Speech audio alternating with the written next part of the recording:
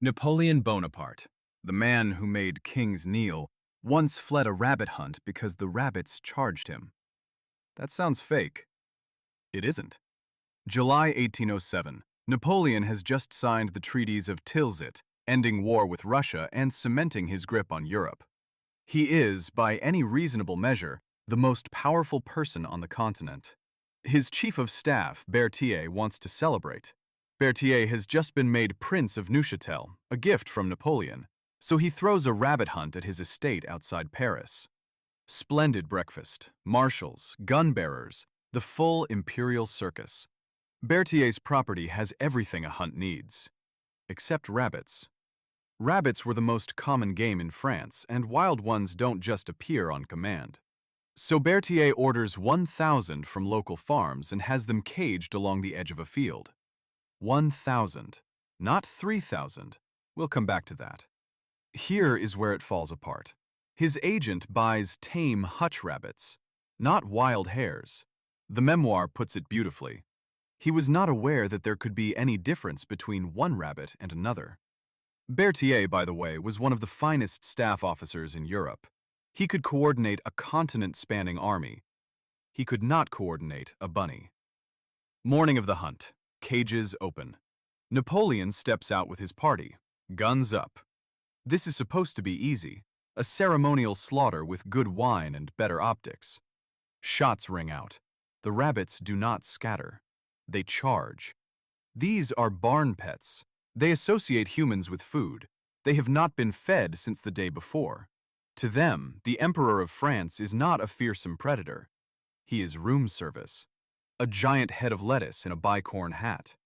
General Thiébault, who claims he was there, writes that the rabbits first split apart, then collected in knots, then in a single body, and in an instant the whole phalanx flung itself upon Napoleon.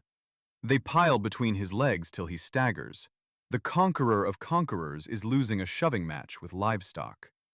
Berthier, furious, forms his coachmen into a battalion armed with riding whips. For a moment it works. The rabbits retreat. The party breathes. Maybe the hunt can begin. The rabbits turn again. They flank the party. They come back harder. A later historian, David Chandler, would joke they showed a finer understanding of Napoleonic strategy than most of the generals present. That is a historian being funny. The rabbits were not conducting a staff college exercise. They wanted breakfast. Napoleon retreats to his imperial carriage. Thiébault says some nearly scale the rumble and ride in triumph to Paris. The man who was redrawing the borders of Europe is fleeing fluff. The coach rolls away. The hunt is over. The rabbits technically win. When everyone realized the rabbits were tame farm stock, not wild game, Thiébault writes the laughter didn't need describing. Berthier never lived it down. Now, the folklore cleanup. Later retellings triple the count to 3,000. Thiébault says 1,000. That's the number in the memoir. And the source itself, Thiébault's account was published in 1895, almost 90 years after the hunt, from a manuscript edited after his death. Thiébault also hated Berthier. No second contemporary source backs the story up, so we cannot swear it happened exactly like this. But it is in the record, and the military historian David Chandler retold it in 1966, because even serious historians couldn't leave it alone. The emperor who redrew the map of Europe got routed by barn pets who thought he was lunch. If you found that interesting, subscribe. Next time, the man who survived Hiroshima went home to Nagasaki 3 days later and survived that too.